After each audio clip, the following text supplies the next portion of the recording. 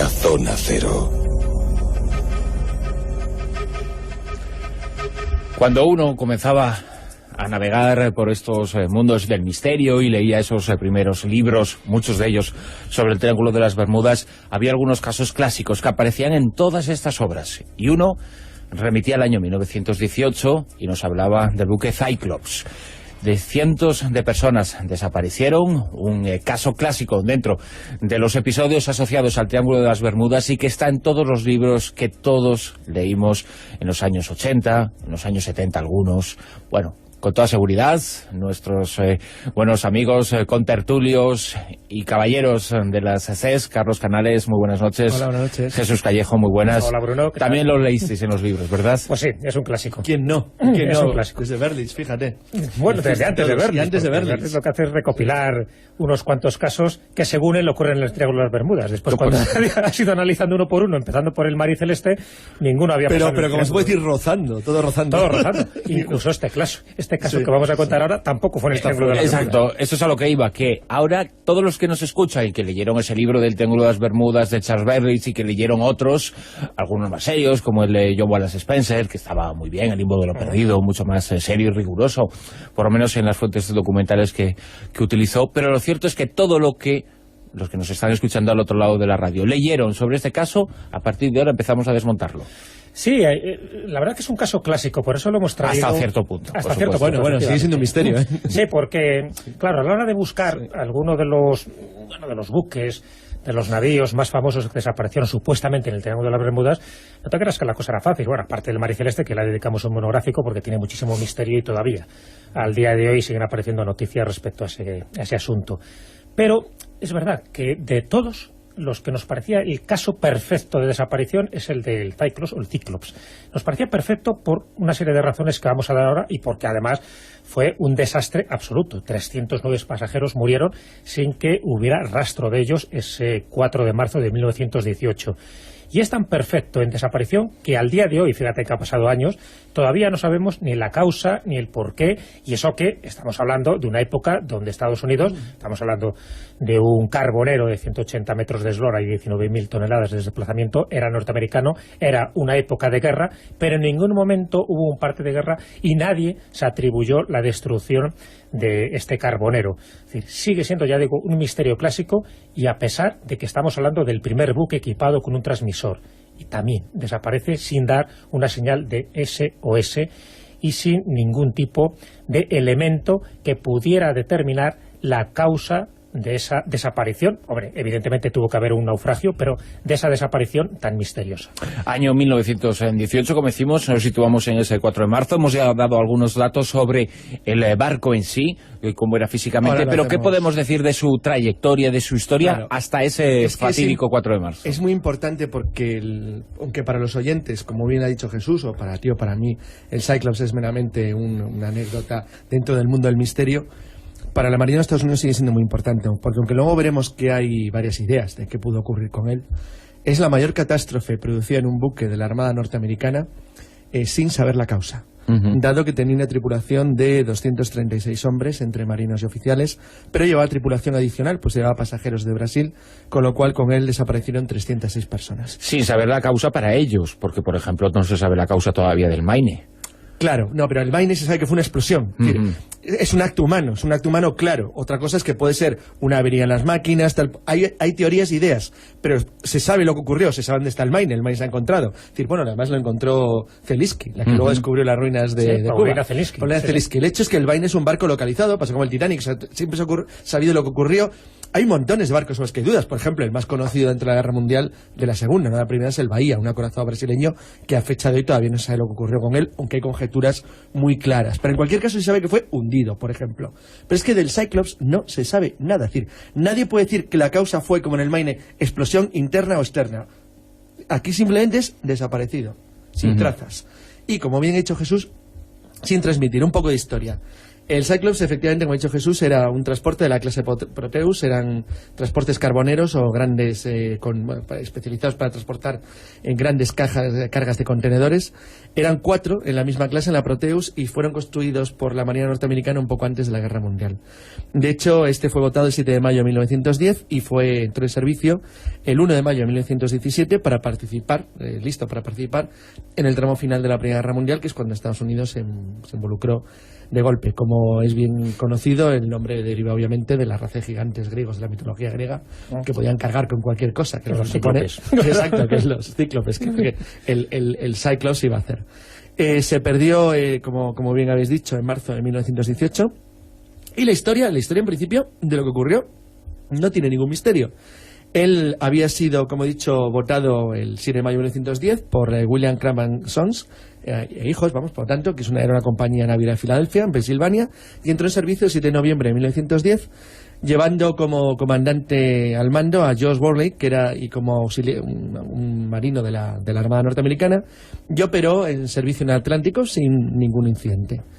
Bueno, no vamos a ir contando la historia con detalle de lo que fue haciendo, pero digamos que fue comisionado en mayo de 1917 a hacer un viaje a Francia. Esto es importante porque aquí entran las primeras de las personas que luego han tenido que ver influencia notable en lo que pudo ocurrir, porque ya entonces estaba al mando de Josh Worley, que fue promovido entonces a teniente, teniente navío, y que en su viaje a Saint Nazaire, lo que hizo simplemente retornar hasta los Estados Unidos, y a raíz de ese viaje y del éxito que había tenido, fue encargado o asignado a la División de Operaciones Navales de Servicio de Transporte de los Estados Unidos en el Atlántico. Con lo cual, el encargo que recibió fue dirigirse a Brasil a coger una carga especial que, una vez colocada en el barco, tenía que ser transportada a Maryland, en los Estados Unidos. Esa carga tiene una enorme importancia, como luego veremos, para algunas de las conjeturas que existen acerca de lo que puede ocurrir con el Cyclops. Y esa carga la embarcó después de haber hecho una escala muy breve en Río de Janeiro. De allí partió el 16 de febrero de 1918 y el 11 de febrero entraba en el puerto de Bahía. Del puerto de Bahía, 2 días después, partió con destino a Baltimore. Nunca llegó. Lo importante es que, como ahora veremos, lo que cargó allí, que era un material estratégico de importancia para el ejército norteamericano, pudo haber tenido alguna relación o alguna influencia en alguna de las teorías que han intentado explicar de una manera racional qué ocurre con el Cyclops. Esa carga especial que estás diciendo, Carlos, ¿cuál era exactamente? Manganeso. Y tiene importancia. Claro, fíjate que aquí ya entramos en 2 factores que acabo de señalar Carlos. Por una parte es el comandante, Josh Worley, que luego diremos por qué es sospechoso, ¿no?, de esta historia, y segundo, la carga que transportaba. De Josh Worley, decir ahora una serie de apuntes, pero era un personaje famoso por lo excéntrico, es decir, era un personaje muy taciturno, en fin, malhumorado, raro en sus maneras, más de una vez se extraviaba en sus rutas, hacía rutas incluso fantásticas en busca de lugares que luego no aparecen en las cartas marítimas. En fin, era un personaje pues no muy recomendable para la Marina norteamericana, pero parece que no había otro mejor, por lo menos para ese carguero. ¿Y qué es lo que llevaba? Es decir, este carbonero, cuando recala en Salvador de Bahía, en Brasil, lo que hace es cargar ni más ni menos que 10.000 toneladas de manganeso de las minas que procedían del Amazonas y que luego son cargadas en Salvador de Bahía. Fíjate que el manganeso es indispensable para la fabricación del acero en los cañones. Entonces, por lo tanto, estaba llevando una mercancía muy valiosa en esos momentos precisos, que estamos hablando de 1918, en plena Primera Guerra Mundial. Exacto. Exactamente. Y, claro, son piezas que hay que unir siempre a posteriori. Claro, pero todos estos datos de contexto... No, pero es importante, porque además coincide con las ofensivas de primavera alemanas, con la Kaiserlacht, que es la gran ofensiva alemana de primavera, de principios de primavera, que es la que decide la guerra mundial, su fracaso, precisamente es lo que decide la Primera Guerra Mundial. Entonces, en aquel entonces, el gobierno norteamericano está intentando, como cualquier país involucrado en la guerra, acelerar al máximo su producción industrial para intentar desbaratar el equilibrio que existía en Europa Occidental después de la desaparición de Rusia como dentro, por decir una manera, de la alineación aliada. Eso había permitido a los alemanes desplazar una masa enorme de soldados desde el frente del este hacia Occidente, que parecía que iba a colapsar a los ejércitos francés y británico, y es cuando Estados Unidos, envuelto en la lucha de manera definitiva, decide dar un empujón a esa industria para dar el golpe definitivo.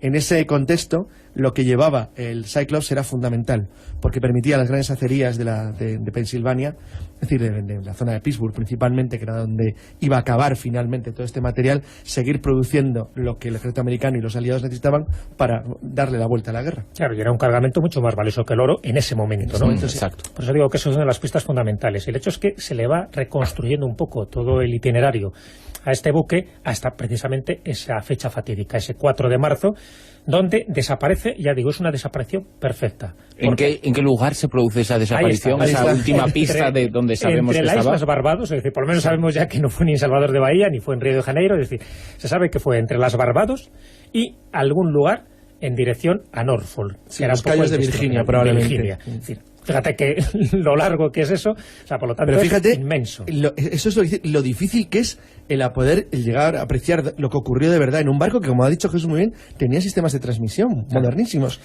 Pero era el primer buque equipado con un buen sistema de transmisión, porque por aquella época todavía las señales de emergencia, el SOS, tampoco eran muy habituales. De hecho, lo hizo el Titanic, que había ocurrido unos años antes el desastre, estamos hablando de 1918, donde todavía no se hacía con esa rapidez y por lo menos con esa frecuencia que actualmente se hace. Por lo tanto, ni SOS, ni restos, ni botes volcados, ni nada en la superficie marina que pudiera indicar qué había pasado allí. Se había explotado, se había sumergido, había habido un motín o había habido submarino o algo, nada.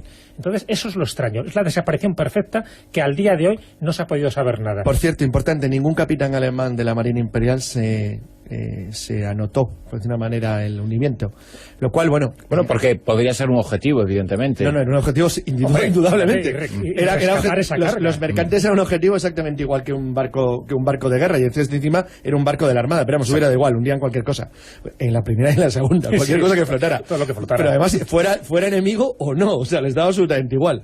El caso es que ningún capitán alemán reivindicó el hundimiento, lo cual es también sorprendente, y sobre todo, algunas de las teorías que decía que podía haber sido hundido había 2 o 3 candidatos dentro de la Armada alemana que podían haber hundido el Cyclops y luego ser hundidos a su vez en el retorno a Europa, tampoco es el caso.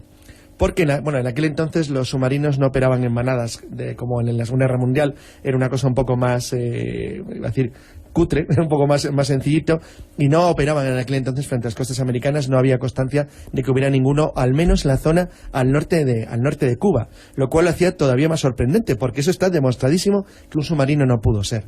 Pero si no pudo ser un submarino, ¿qué lo hundió?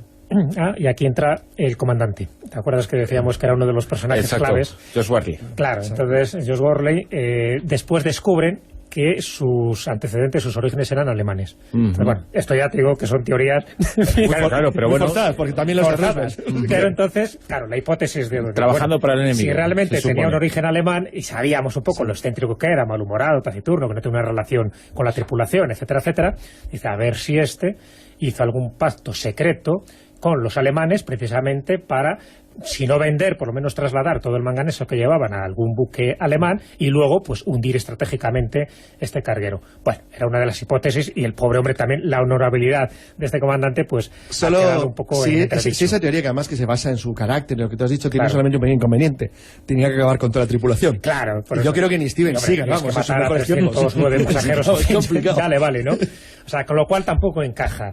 La otra teoría que se barajó, evidentemente estamos hablando de las teorías plausibles, por decirlo así, o sea, descartándolo del Triángulo de las Bermudas, que es un poco lo que decía Charles Berkeley, diciendo, bueno, pues que había fuerzas misteriosas y qué mala suerte le tocó al Cyclops, y adiós, muy buenas, ¿no? Bueno, pues esa es la hipótesis, que la menos razonable, entre otras cosas, porque tampoco ocurrió dentro de los límites del Triángulo de las Bermudas. Ya has visto que el lugar donde desaparece, donde supuestamente es hundido, es tan amplia esa zona que parece que estaría muy por encima, por lo menos por el norte, de uno de los límites del Triángulo de las Bermudas, con lo cual también hay que descartar la hipótesis misteriosa en este sentido, ¿no? Aparte ya de que el Triángulo de las Bermudas, muchísimos de los casos ya han quedado explicados convenientemente.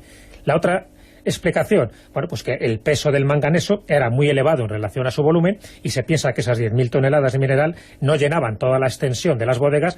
En fin, que estuviera mal estivado y el cargamento habría podido deslizarse y provocar un vuelco. Es la teoría de Kushner en su libro El misterio de las Bermudas, el Triángulo de las Bermudas resuelto. Es la que sostenía que el movimiento de la carga generó, junto a una tormenta que se produjo en aquel entonces frente a los cayos de Virginia, el hundimiento del barco. Sí que es verdad que en 1968 se notificó la existencia, 60 millas al norte de los Cabos de Virginia, de la existencia de un buque a unos 300 pies de profundidad que podría corresponder al Cyclops. Pero no solo no se ha confirmado, sino que tiene algunos elementos que tampoco parece que sea tan claro así. Porque supongo que, como en muchos de estos episodios, se iniciaría un proceso de búsqueda porque el material era verdaderamente importante y recuperarlo una prioridad. Se conoce entero todo el proceso. El proceso duró años porque, obviamente, la Marina Americana abrió un proceso de investigación muy, muy serio. Primero porque se estaba en guerra, y segundo, es que después de la guerra el proceso continuó hasta intentar averiguar qué podía haber ocurrido. Y las conclusiones no fueron en absoluto satisfactorias.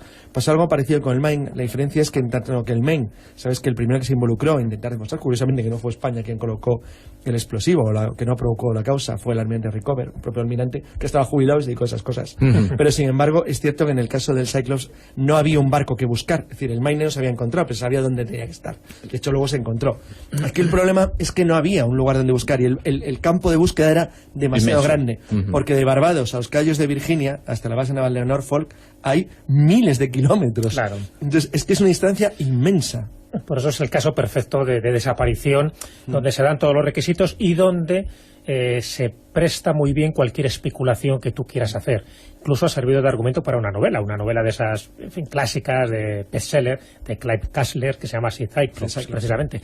Que, por cierto, empieza la novela con un multimillonario que desaparece en el Caribe mientras está buscando el tesoro de este buque, y luego, pues al final deriva por unos soviéticos muy malos que quieren matar a Fidel Castro, volar toda La Habana y echar la culpa a los yanquis de todo esto. O sea que al final, como ves, empieza bien la novela con un caso real, pero a partir de ahí pues le sirve a este novelista, a Clive Cussler, pues para hacer sus derivaciones argumentales. Que él es dueño de una de las principales empresas de búsqueda de tesoros submarinos. Claro.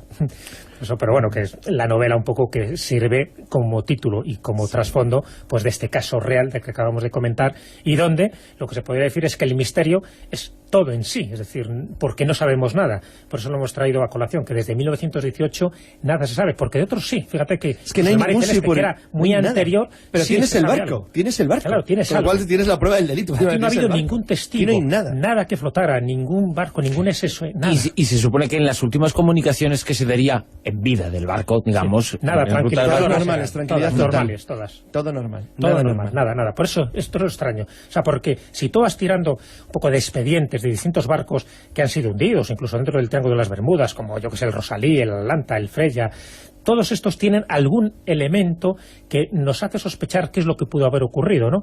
Pero es que en este caso no. Entonces, claro, el misterio es en sí todo, y pudo haberse hundido de la forma más peregrina que nos podamos imaginar.